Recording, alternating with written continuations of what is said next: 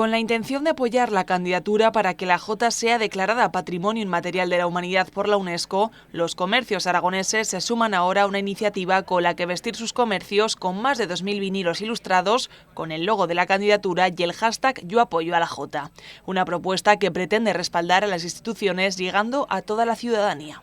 Pero también nos gustaría que se demostrara que por parte de la ciudadanía hay un apoyo claro a esta candidatura. Entonces lo que hemos hecho ha sido preparar unas pegatinas y unos vinilos para que en los distintos establecimientos de todo Aragón puedan mostrar su adhesión a esta candidatura, su apoyo, colocando esa pegatina o ese vinilo en sus escaparates. Luego ya queda a decisión de cada cual, si lo quieren vestir, digamos, el escaparate con algún elemento. Los comercios participantes pueden además decorar sus escaparates con otras prendas o imágenes, y es que en definitiva la idea es reflejar el sentir de toda una sociedad y su folclore.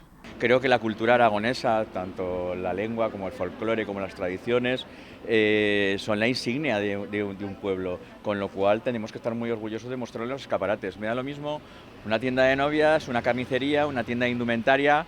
Entre ayer y hoy hemos hecho unas poquitas que podréis ver si queréis, la Alicantina o Sisinia o el Bancal o San Jorge, una serie de cosas, pero ahora empezaremos con todas las partes fuertes de todo Aragón. Esto es lo que significa una candidatura. Esta campaña se incluye dentro de los actos para la promoción de la Jota, que concluirán en otoño con un flashmob multitudinario que coincidirá con la celebración en Zaragoza del Consejo de Patrimonio Histórico, en cuya reunión se espera se declare la candidatura.